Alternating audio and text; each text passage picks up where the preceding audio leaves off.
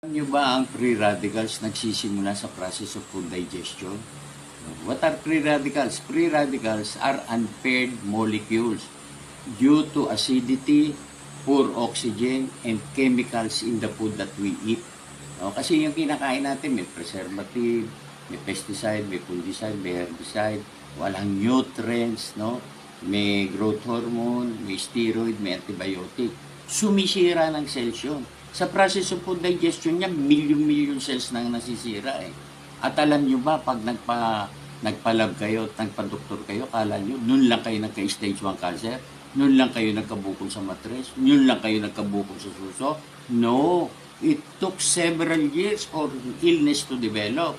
At ako, mali pala ang pananaw ko, no? Kasi hindi ko na i-mention sa inyo, 41 pills and tablets ang iniinom ko eh.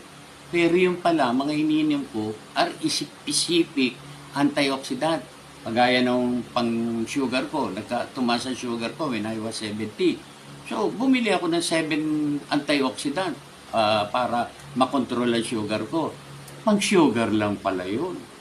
Samantalang ang NAD, ang NRF2, NRF1, pag sabay-sabay lumabas yung antioxidant ng human body na ginawa ng Diyos, lahat ng sakit covered niya. And you will improve, in 1 month time, you will improve 40% of your free radicals. Maayos. Kasi ganito ang free radicals eh. Unpaired electron siya eh. Pag nasira ng pesticide, fungicide, bagoong, alak, sigarilyo, yung outer electron, right spin ang paggawa niya ng cells. Ang ginagawa niya, free radical sira rin. Nangyayari sa suso, sa matres, sa ovaryo, sa colon, sa prostate, any part of the body. Ngayon, pagka hindi specific ang antioxidant mo, yung gawa ng Diyos, na naipapalabas nito, kasi reactivator ito, buong katawan mo nare-repair. Hindi ka pa ba maniniwala nun?